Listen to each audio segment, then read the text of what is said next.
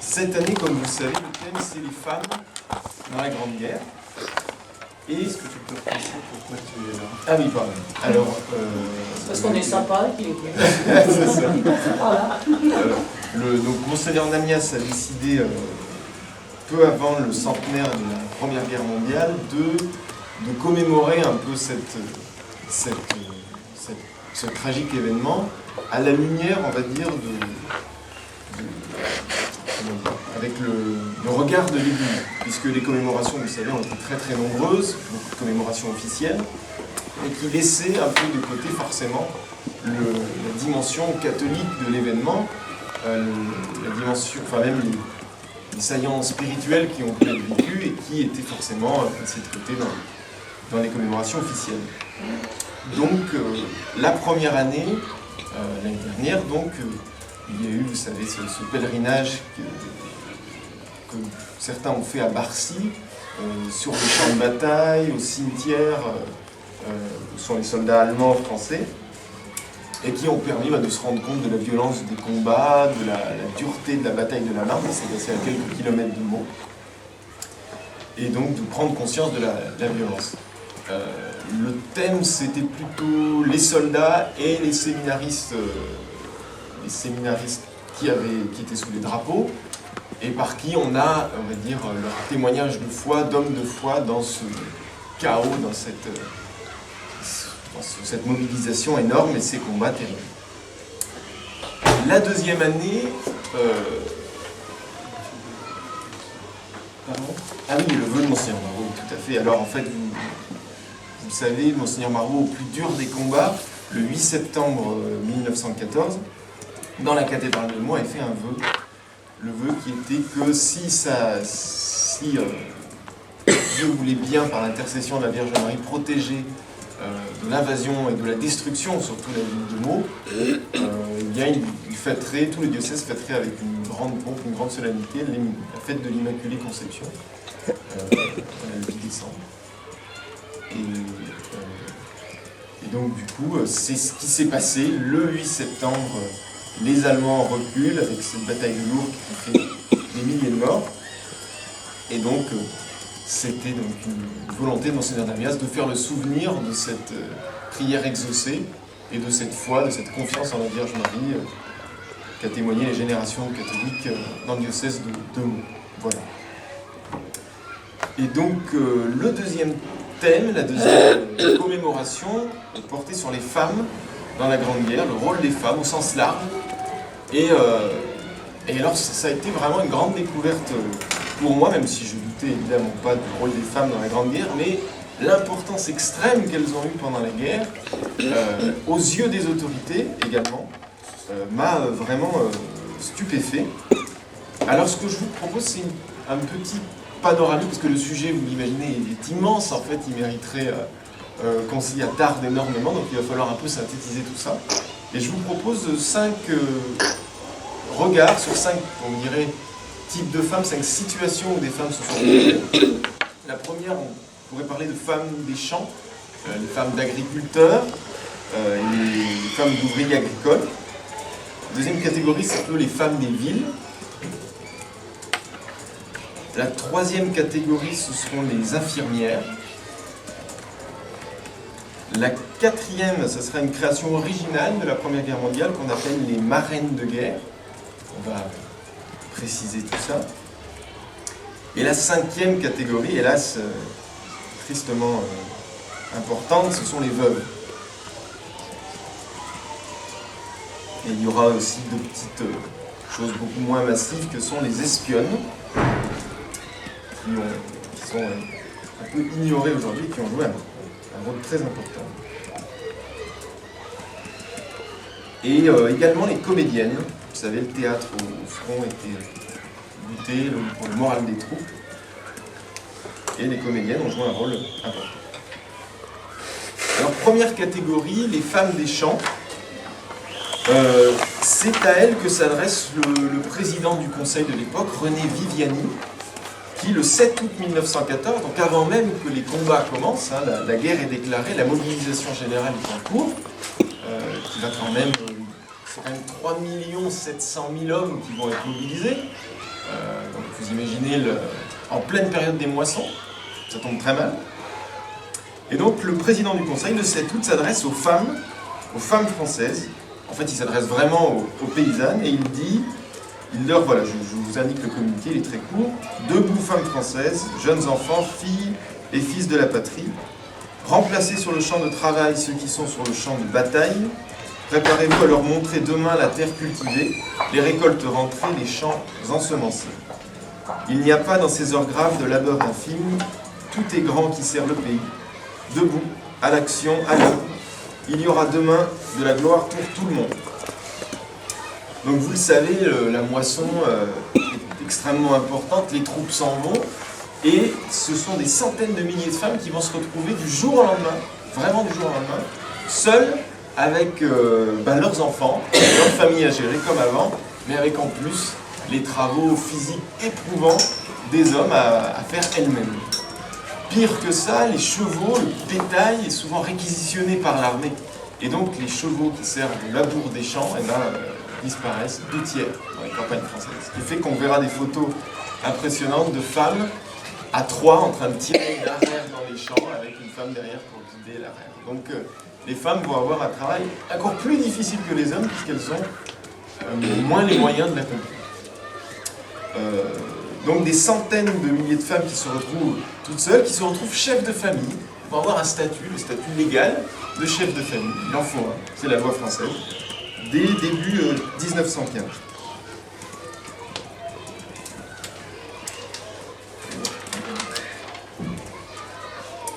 Alors elles sont déclarées gardiennes du territoire national, elles ont le devoir de nourrir les civils et les soldats, les villes également, puisque les villes doivent être approvisionnées.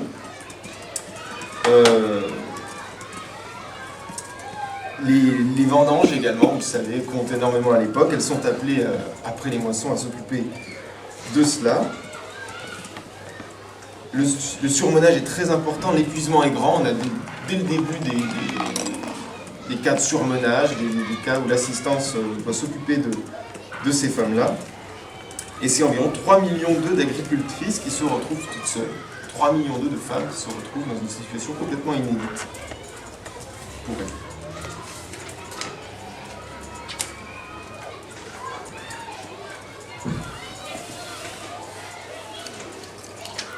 elles. Et 300 000 épouses d'ouvriers agricoles qui se retrouvent dans la même situation. Alors à côté, donc c'est un cas encore plus tragique. C'est en fait, vous le savez, le gouvernement français se dit on a besoin de gaillards pour faire la guerre. Il faut vraiment des hommes qui craignent rien, ils vont faire 30 km par jour, ils vont pas manger, très peu, ils vont combattre, il faut qu'ils soient disciplinés, il ne faut pas qu'ils aient des petites idées syndicalistes, socialistes, communistes qui vont pouvoir faire des grèves et des séditions.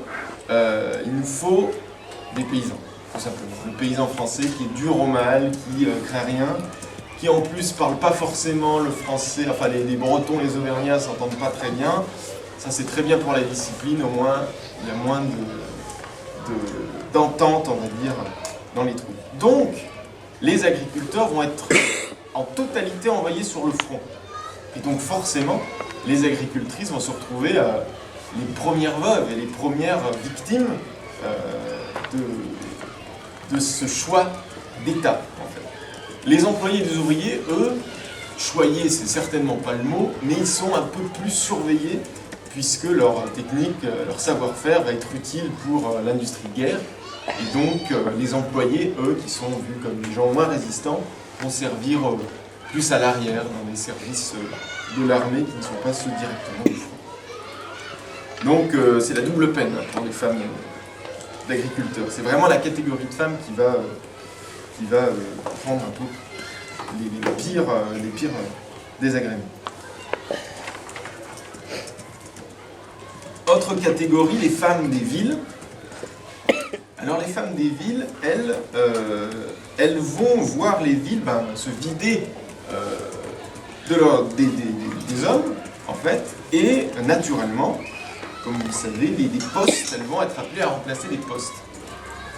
Alors il y a parfois une idée qui court en disant qu'en gros les femmes ne travaillaient pas et puis que cette Première Guerre mondiale les a mis au travail. En fait, c'est pas vraiment vrai.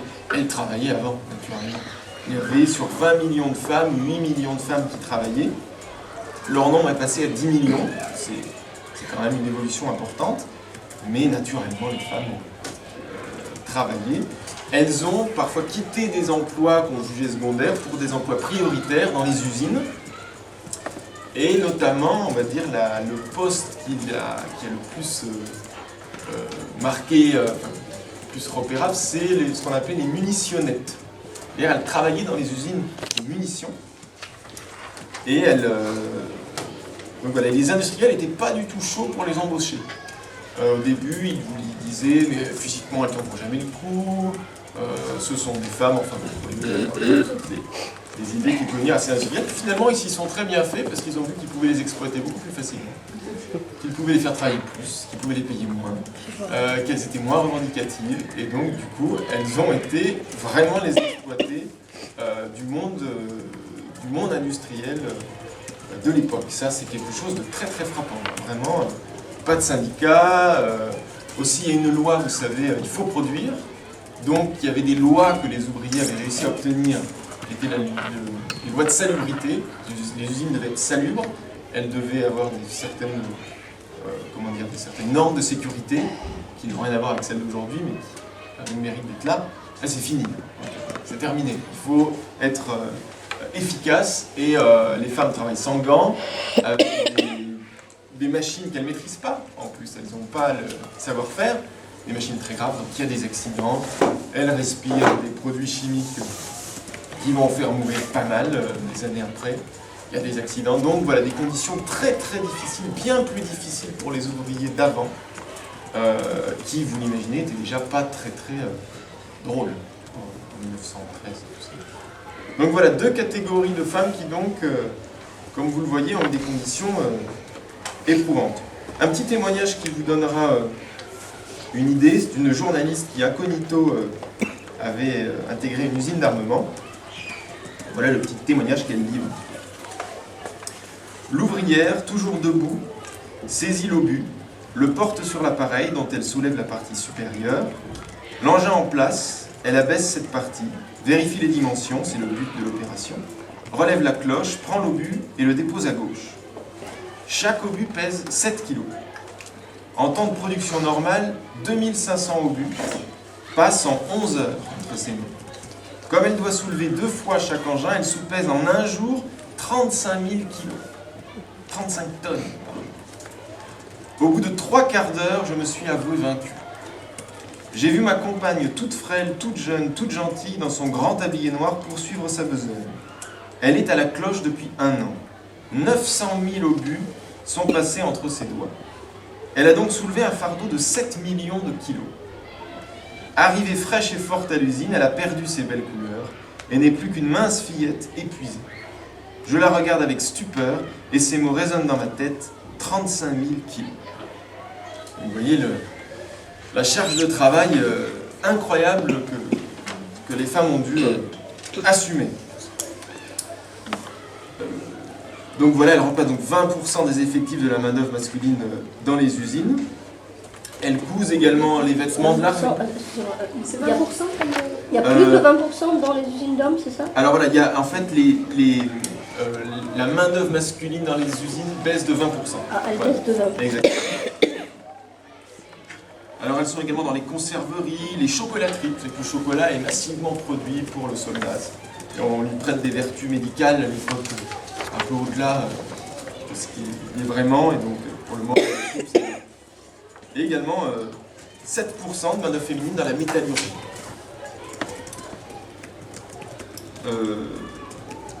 Les femmes sont attirées tout de même par un meilleur salaire dans les usines d'armement, où elles sont payées 45-47 centimes de l'heure contre 40 ailleurs.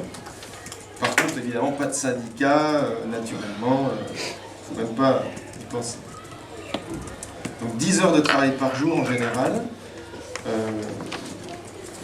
Et en 17, c'est là aussi quelque chose qu'on ignore, quelque chose de très important, c'est qu'en 17, elles vont s'organiser et elles vont faire des grèves. Elles vont se soulever contre cette... et elles vont se dire, mais on est exploité, et puis ce qui est terrible, c'est que passent entre leurs mains des obus, qui peuvent tuer et leurs maris parfois, parce que ça s'appelle dans tous les sens, mais aussi les maris d'en face. Il y a une solidarité féminine qui va au-delà de la guerre en place, en quelque sorte. La haine est plutôt masculine, en quelque sorte, dans cette affaire de guerre. Les Allemands sont détestés, mais par l'ensemble du pays, mais c'est quand même les hommes qui l'alimentent. Les femmes, en quelque sorte, on sent, enfin, dans leurs revendications, on le voit très très bien, il y a une fin de cette guerre, arrêtons, retour des hommes, et arrêt de l'exploitation féminine. Donc, les grèves vont être exponentielles, on va avoir des milliers de femmes qui vont faire la grève, qui vont arrêter le travail, qui vont exiger... je vais essayer de vous retrouver les chiffres qui sont quand même parlants.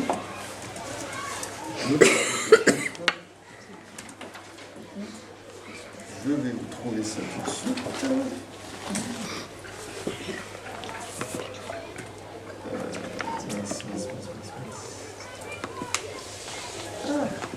Bon, bah désolé, je le trouve plus. Si je le retrouve, je vous le donne tout de suite. Bon. Petite idée aussi, dans les usines Renault de Billancourt, bah, vous aviez en janvier 14 190 femmes salariées, vous en avez 6700 au printemps 1918. Vous voyez, des usines entières qui sont colonisées, presque on pourrait dire, par les femmes. La troisième, donc, vous voyez à quel point l'État compte vraiment sur cette manœuvre qu'il arrive à exploiter, qu'il arrive à faire travailler à fond. Troisième catégorie de femmes, c'est celle qui vraiment, elle, va être honorée le plus par l'État, par les soldats. Ce sont les infirmières, bien sûr. Alors les infirmières, c'est là aussi très impressionnant, parce que ce n'est basé que sur du volontariat. C'est quand même frappant. Et c'est bénévole.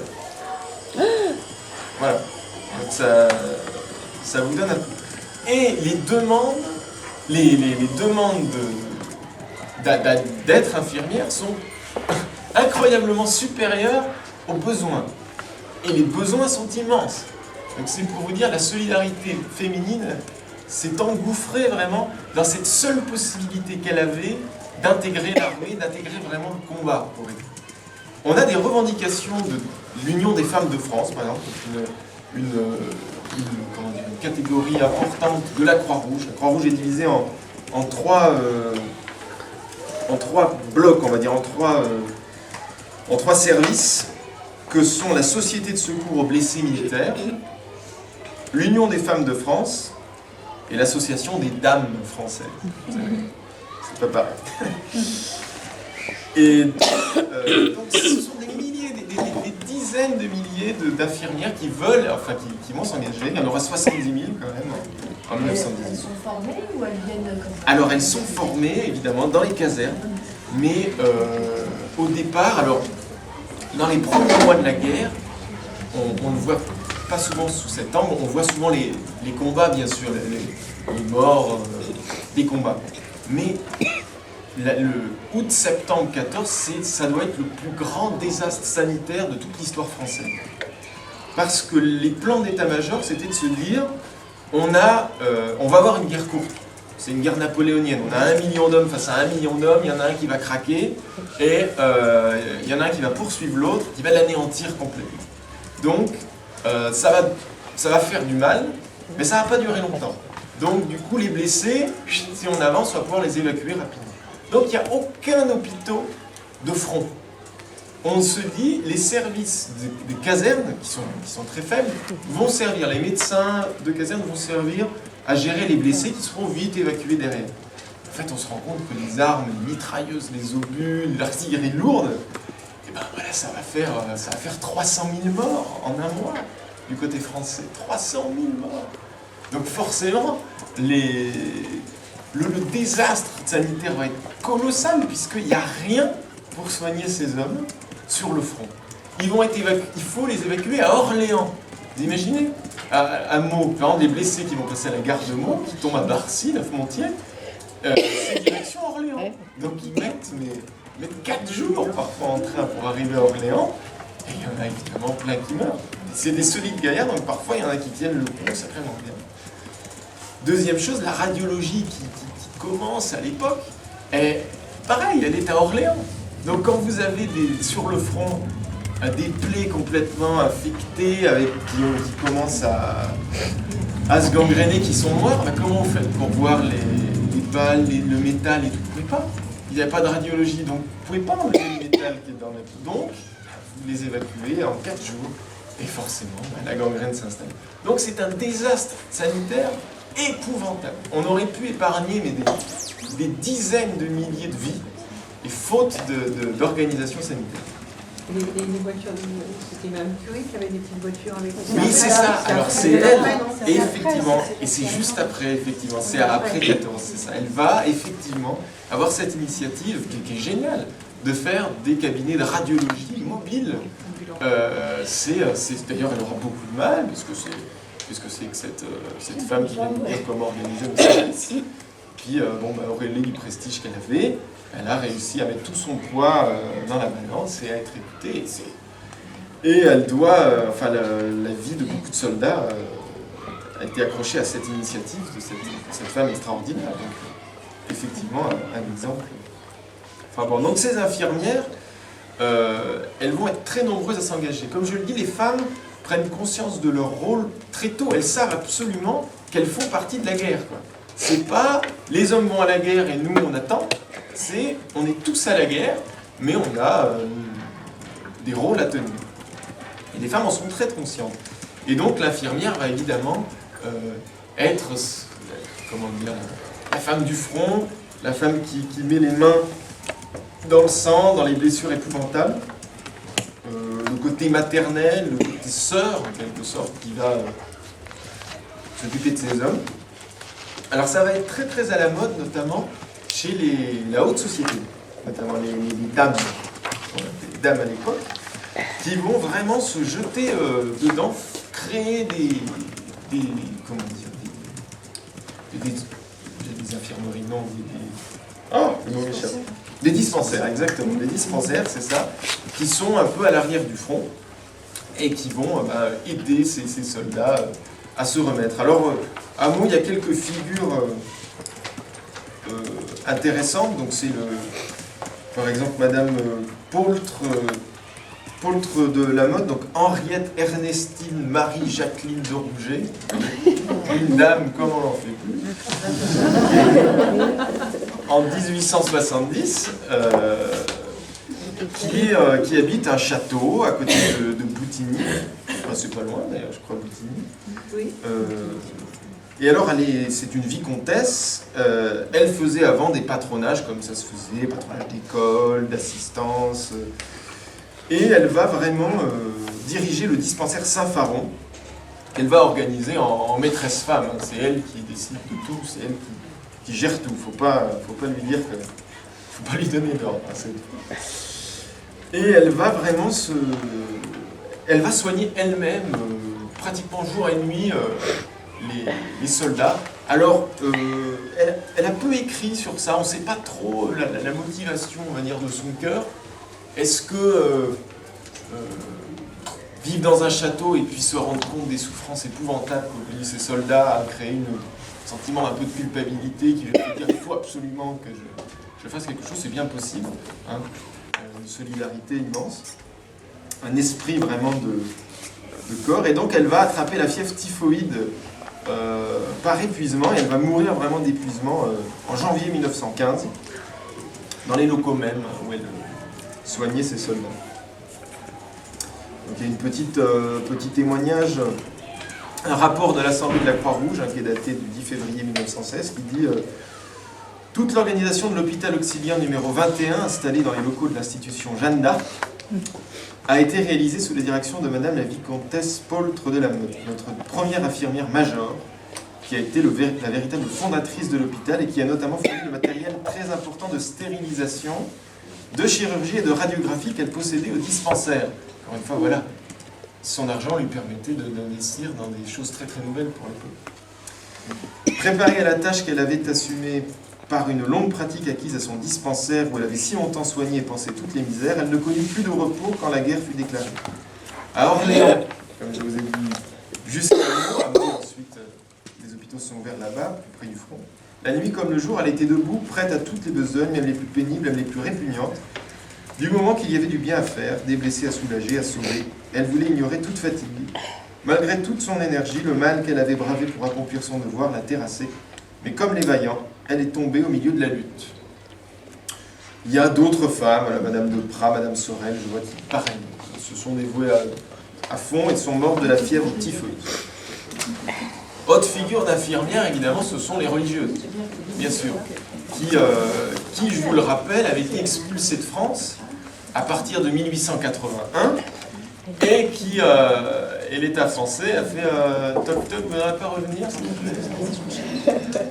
On aurait besoin de vous pour faire ça. Évidemment, elles ne se sont pas dérobées. 1880, alors c'est un peu compliqué, il y en a qui ont anticipé un peu ça. En 1880, il y a une loi sur les congrégations qui en supprime une bonne partie. Et notamment les Chartreux, on a des images des Chartreux qui sont virés à coups de gendarmes avec baïonnette au canon, qui partent en Espagne faire de la chartreuse d'ailleurs, faut pas perdre ça. Et énormément de congrégations féminines. Et en Seine-et-Marne, beaucoup sont partis aux Pays-Bas, notamment. Jouarre, par exemple, partis aux Pays-Bas. Et elles sont des milliers de sœurs.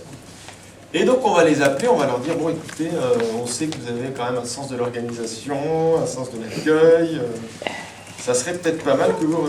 Et elles se sont évidemment engouffrées dans ce retour du service parce qu'elles voulaient prouver qu'elles n'étaient pas des ennemis de la France, mais au contraire qu'elles étaient françaises à 100%, donc c'était une manière de montrer à l'État français que si on ne voulait pas d'elles, et ben elles feraient tout pour montrer qu'elles étaient patriotes. Donc du coup, on a l'exemple des sœurs Augustines, notamment, qui ont joué le jeu à fond.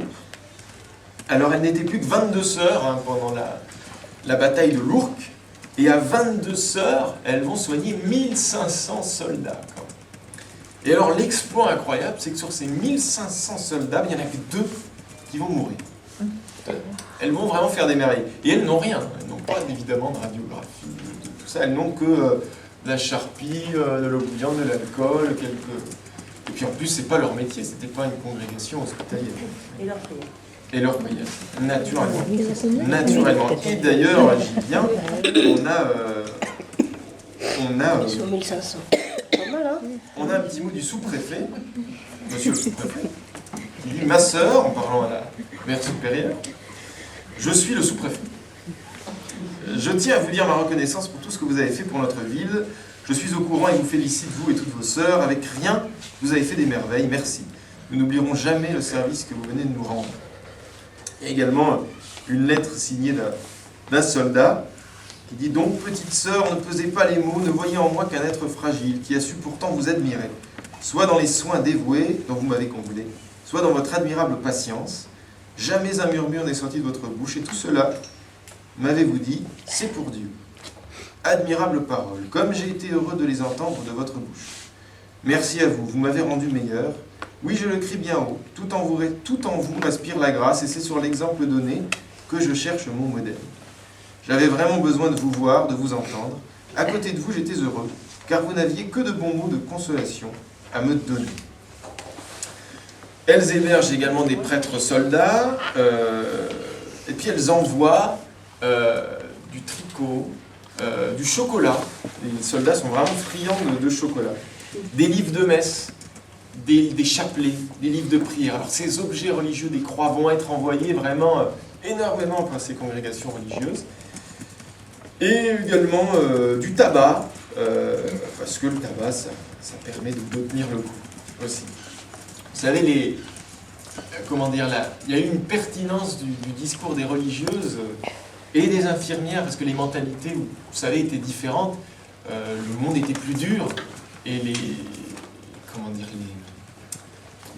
les relations entre les gens étaient parfois plus dur, mais tous ces gens-là savaient que la vie était dure. Donc du coup, une religieuse pouvait parler de souffrance avec un soldat, une infirmière aussi. On venait d'un monde où la douleur était quelque chose de... Je ne dis pas qu'elle n'existe pas aujourd'hui, loin de là. Mais la douleur, on va dire, physique, la rudesse de la vie rendait tout ce monde plus uni qu'aujourd'hui. Voilà. Pour les infirmières. Ensuite, donc voilà ce qu'on peut dire pour les infirmières. Donc un rôle évidemment gigantesque. Beaucoup d'infirmières canadiennes aussi qui vont venir, des Belges, c'est international.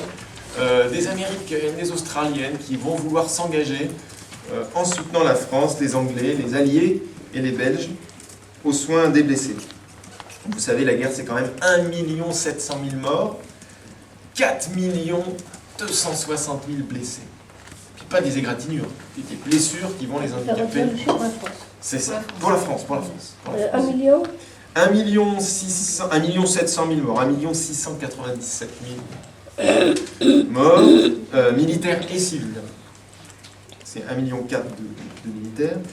Et 4 266 000 blessés pour la seule France. Donc évidemment, elles seront récompensées après par des croix de guerre. Enfin, autre figure importante et étonnante, les marraines de guerre. Alors, ça, les marraines de guerre, c'est vraiment une découverte. Je ne connaissais pas du tout ça. J'ai découvert ça. En fait, même si les liens familiaux étaient plus forts avant, beaucoup de soldats se retrouvaient seuls au front, sans courrier, sans lettres, sans rien. Vous imaginez les conditions épouvantables de vie du soldat, la peur, la mort, on connaît tout ça. D'avoir aucun courrier, un peu aucune espérance, aucun espoir, aucun foyer qui pense à vous, et ben ça pèse sur le moral. La camaraderie parfois ne suffit pas sur le front pour le moral.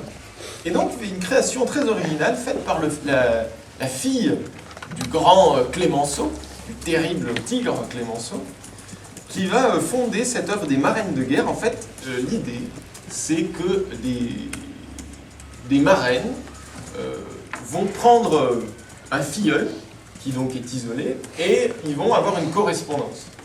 Et une correspondance de lettres, naturellement, mais également de colis. Des chaussettes, des écharpes, des cagoules, du chocolat, du papier, des crayons, et puis surtout du soutien, de l'écoute et une correspondance. Alors, cette œuvre des marraines de guerre, ça va être également une occasion de soutien spirituel. Les religieuses vont jouer à fond le coup. Elles vont entretenir des correspondances colossales avec des soldats isolés du front, parfois des prêtres également, qui sur la vie ont un peu la vie dure. Ils sont avec des soldats, et puis vous savez, la guerre, l'anticléricalisme et tout fait qu'ils sont parfois assez malmenés. Donc voilà, des livres, des brochures, de la correspondance envoyée. Et ça rend service aux braves troupiers, comme on dit. Alors il va y avoir une certaine attaque, notamment du milieu catholique, sur cette œuvre des marraines de guerre, puisque il y a des annonces dans le journal, c'est des petites annonces en fait. Marraine cherche filleul, filleul cherche marraine. Et ça va être marraine blonde, cherche filleul brun, 1,80 m. Et alors les autorités militaires disent oh tout, c'est pas si mal. Et puis les autorités catholiques disent oh là là là là, qu'est-ce que c'est que ça? Et puis ça va inquiéter vraiment les prêtres et puis les familles en général, parce que pendant ce temps, vous savez, pratiquement dans toutes les paroisses de France, il y a des veillées de prière le soir pour les familles, pour qu'elles prient pour leur mari et pour soutenir ces familles isolées, et maintenir ce lien matrimonial entre les époux. Et donc ces marraines de guerre, elles entrent un peu comme un chien dans un jeu de quilles dans cette... parfois. Et donc il va y avoir une grosse critique de ça. Et donc voilà, l'œuvre des marraines de guerre va être sujette à discussion. Mais cette œuvre aura créé parfois des couples qui vont durer. Il y en a, d'ailleurs, je discutais avec quelqu'un qui avait connu une situation pareille à Meaux. Donc c'est... Je me souviens, je ne sais pas de sa date là. La semaine de Suzette, ça me dit quelque chose. La semaine de Suzette. Ah, mais oui. Alors, le nom dit quelque chose, mais je ne sais pas C'est ce que une c'est. revue pour jeune petite fille, mais alors qui date. Ah, oui. Alors, je ne sais pas si ça datait de celle-là, et je me souviens d'en avoir lu enfant, et d'avoir vu, c'était un truc catho la semaine de Suzette, et d'avoir vu justement des petites annonces de demande de marraine. Enfin, c'est pas des petites annonces, c'est plutôt des articles en disant, ben, vous aussi, ça s'adressait à des petites filles, je sais pas, d'une dizaine d'années, je pense, vous aussi, vous pouvez avoir un filleul. Ce que je suis en train de me dire, c'est que c'était peut-être la guerre d'après. Oui, parce que Il y avait aussi les enfants. je sais pas si ça existait à l'époque, mais en tout cas, c'était plutôt dans les années 30. Maman lisait la semaine. Voilà, je pense que ça datait de ma maman à moi. C'est la prochaine fois. Ma mère, pas moi, c'est pas moi qui j'ai lu la semaine de Suzette, c'était rigolo. Ah, ouais. Mais alors là, ça ne demandait pas les grands blonds, les grands bruns. Oui, c'est ça, c'est ça. Mais c'était rigolo parce que peut-être que c'était la guerre d'après, mais on demandait à des petites filles pareil, de tricoter, de C'est faire ça. des colis, de... Des ça. chaussettes, ma maman connaît des chaussettes Ah, ouais. pour la deuxième. Ah oui, Mais il y a une- c'est la deuxième guerre, ça, mais la semaine de Suzette, c'était peut-être... Ouais. Mais ça, Alors, peut-être avec des filles. Oui, On ça n'a pas... peut faire.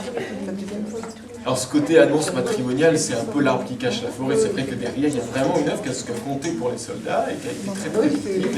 Et ça, c'est la deuxième guerre, ça veut dire que ça a nourri avec... ça a continué, ça a duré, c'est une méthode qui a fonctionné. Et puis encore une fois, ben voilà, c'était un lien pour les femmes dans la guerre, quoi, les femmes qui soutenaient vraiment activement les soldats. Donc une solidarité à toute épreuve entre les deux sexes. Donc c'est ce qui est quand même bien, c'est quand même bien.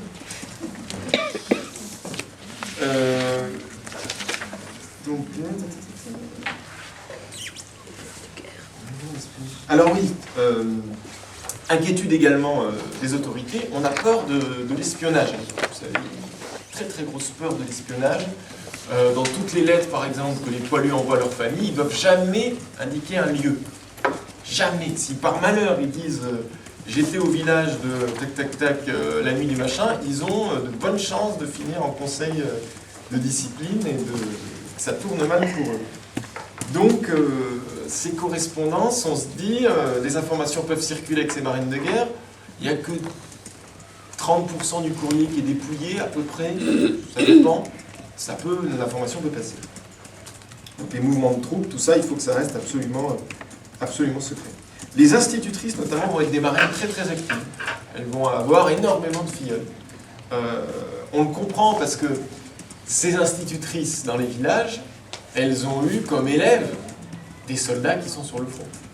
Donc l'institutrice est cette figure dans les villages d'autorité et à la fois cette figure maternelle pour parfois des jeunes garçons des campagnes un peu isolés. Enfin, autre catégorie, petite catégorie, les espionnes. Alors, je vous l'ai dit, ça c'est un peu... on n'en entend pas parler, pourtant ils ont joué un rôle. Vous savez, la ligne de front fait que plein de régions françaises sont du côté allemand, Lille notamment, toute cette région-là. Et naturellement, ils sont soumis à une grosse surveillance des Allemands, et ils sont derrière les troupes allemandes, donc c'est des Français, c'est des patriotes. Donc les femmes vont avoir un rôle d'espionne. Certaines vont apporter des véritables informations militaires de première main qui vont servir aux autorités militaires et elles ne sont pas du tout honorées. Vraiment, certaines Louise Tullier, Henriette Moriamé, qui ont des destins étonnants. Aussi la catholique lilloise Louise de Bettigny, qui est morte dans un bagne allemand en 1978, après avoir animé un vaste réseau depuis les territoires occupés du Nord et de la Belgique. Ça vaut un peu Jean Moulin, hein. C'est vraiment... elle est morte de ça, de résistance. Donc voilà, des figures originales qui mériteraient un bon Louise de Bettigny, elle a quand même une école à Paris qui porte son nom. Enfin, elle a été reconnue quand même. Elle, oui. Mais moi, par exemple, je ne la connaissais pas. Oui, moi aussi, parce que... Je ne savais pas qui c'était, mais c'est de ma faute. Mais tant mieux, je suis content d'apprendre ça. En tout cas. C'est très bien. Dernière catégorie, les veuves. Alors hélas, les habits noirs vont être de plus en plus nombreux et visibles au fur et à mesure des mois qui passent. Alors comment dire, moi ce qui m'étonnait, il y a quelque chose qui m'a beaucoup étonné, c'est sur les champs de bataille de la Marne, sur les champs de bataille de la Marne, il y a les veuves arrivent à peiner à avoir les autorisations pour reconnaître les corps de leurs maris. Donc on voyait des cortèges de femmes qui venaient et qui parcouraient les champs de bataille avant même que les soldats soient enterrés parfois, après des jours et des jours quand même, et qui venaient reconnaître leur mari. Et donc je me disais, mais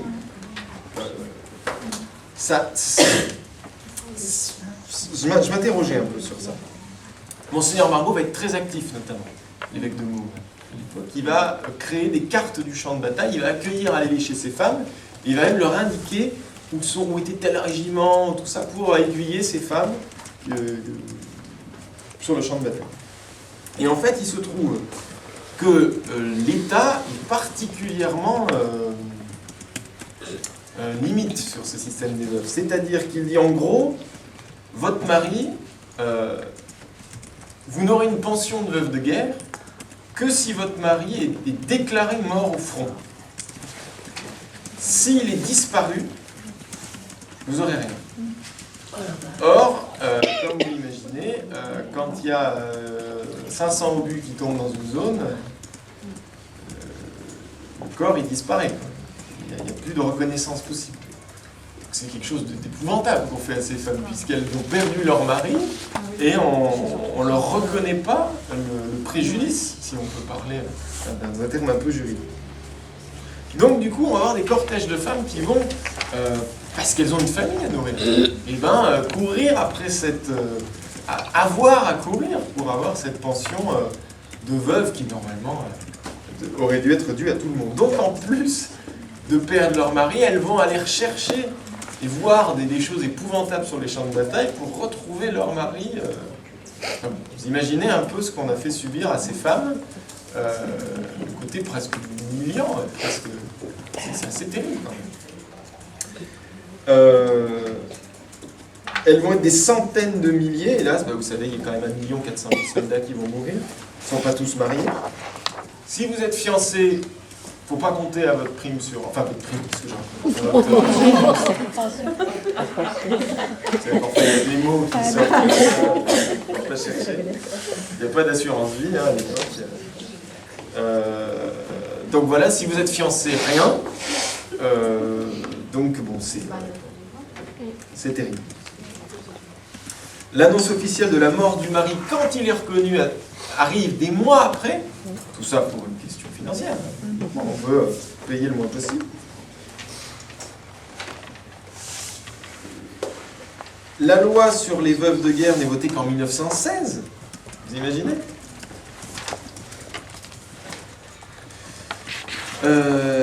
La pension est de 800 francs par an, avec 500 francs supplémentaires par enfant mineur. Et ensuite, quand les hommes reviendront du front, on dira aux femmes, merci d'avoir bien travaillé dans les usines, mais maintenant, il faut laisser de la place aux hommes. Et donc, du coup, elles vont se retrouver sans travail, et avec une pension qui ne suffit pas. Donc, il va y avoir des situations de misère, de femmes qui ont perdu leur mari, qui ont travaillé toute la guerre pour l'industrie de guerre, qui ont eu des conditions encore pires que les hommes d'avant, et qui vont se retrouver avec une pension de misère. Donc, elles ont un peu tout perdu. Sans compter les fils qu'elles ont pu laisser dans la bataille. Mais elles vont se battre. Elles vont se battre, et des associations de veuves vont se créer, vont s'organiser, elles vont être efficaces, elles vont exiger un véritable statut, et elles vont l'obtenir de force. Alors 42% de ces veuves vont se remarier, ce qui est compréhensible, puisqu'effectivement, la grande majorité de ces veuves sont très très jeunes, puisque les soldats étaient très très jeunes, naturellement. On compte, à la fin de la guerre, 6 millions d'orphelins en France. 6 millions d'orphelins. Ah, c'est bon, excusez-moi, je reviens. Rétropédalage, j'ai retrouvé le nombre des grévistes, c'est intéressant. En 1915, il y a 9300 grévistes, ce qui est vraiment pas beaucoup. En 1917, il y en a 650 000. Ah, Oui, quand même. Donc on passe, je répète, en 1915 de 9344 grévistes. Et en 1917, on est à 650 658 grévistes. Et les femmes vont jouer un rôle très important. Alors vous savez, il y a cette mode cette mode qu'on appelle la mode liée à la garçonne, qui va résulter de cette expérience des femmes où elles doivent se couper les cheveux parce que les cheveux peuvent se prendre, vous savez, dans les engrenages des machines et provoquer des accidents épouvants. Elles doivent plus avoir des robes longues parce que ça peut prendre feu, ça peut pareil, se prendre ça, puis c'est pas pratique. Donc elles ont des vêtements plus courts, elles ont des cheveux plus courts, et puis elles se retrouvent chefs de famille, elles se retrouvent... Donc du coup il va y avoir, vous savez, tout ce mouvement, où on peut voir un premier féminisme, première étape, on va dire, vers la question du féminisme importante. Mais dès 19, c'est fini. Hein. Les hommes, ça sera une expérience plus qu'une étape. Enfin, ça a été une étape.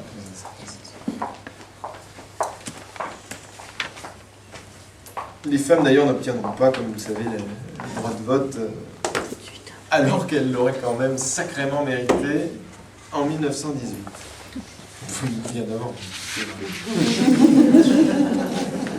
Attention, hein. Il faut repartir vivant de la pièce. J'ai réussi à me reprendre avant même qu'il y ait eu... Non mais sinon vous aurez coincé à la sortie. Faites-nous confiance. Et enfin, une dernière chose, ça a été des initiatives parfois très bien organisées, parfois moins, c'est ce qu'on appelle les ouvroirs. Vous savez, c'était ces associations où les femmes tricotaient, envoyaient des colis. Et ça s'est fait partout en France, et ça s'est fait spontanément, et ça a été très efficace et indispensable. Donc, en conclusion... on a des comédiennes. Ah, les comédiennes. Oh, alors le théâtre, voilà, théâtre aux armées est très important. Il y a des troupes de théâtre qui sillonnent le front, enfin l'arrière immédiat, pour des troupes, pour des pièces de théâtre qui donc vont faire rire. Là, il faut vraiment détendre le soldat, il faut faire des pièces comiques, des pièces chantées. Et beaucoup de femmes vont vraiment s'engager à fond là-dedans. Elles sont très très mal payées, mais alors elles sont une gloire auprès des soldats colossale. C'est vraiment les stars absolues de l'époque féminine. Donc on a la fameuse Sarah Bernard qui va se faire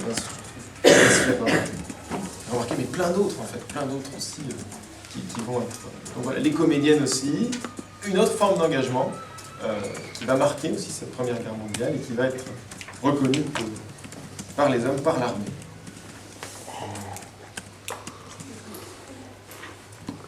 Donc en conclusion, moi j'ai été vraiment... ça m'a appris plein de choses, les sujets, je suis très content d'avoir regardé ça. Voilà, on voit à quel point les femmes se sont engagées d'elles-mêmes, ont été appelées naturellement par le gouvernement français à s'engager pleinement, mais l'ont fait au-delà de toute espérance, quoi, vraiment. Hein, infirmières, usines, agriculture, on voit les conditions plus terribles que les hommes qu'elles ont pu connaître, le manque de reconnaissance incroyable pour les veuves, pour les salaires, pour les syndicats, pour les conditions de travail, pour tout ça. Donc un sacrifice qu'ont fait les femmes vraiment très très important, et une reconnaissance qui n'est, à mon avis, vraiment pas à la hauteur. Et parce qu'effectivement, c'est vrai que le côté spectaculaire de la guerre, c'est les tranchées, mais la souffrance et puis l'isolement, et puis voilà, cette situation des femmes, ça a dû être long pour elles. Ça a dû évolué vraiment très très très très vite. Et puis l'après-guerre, quand même, quand on perd son mari, quand on perd des enfants, c'est aussi terrible. Donc voilà, j'ai été très impressionné par cet engagement multiforme des femmes, cet engagement total, et puis cette combativité et cette résignation spectaculaire. Donc voilà, ça m'a appris beaucoup de choses et j'espère que j'ai pu vous communiquer des petites choses intéressantes. Voilà. C'est moi qui vous remercie.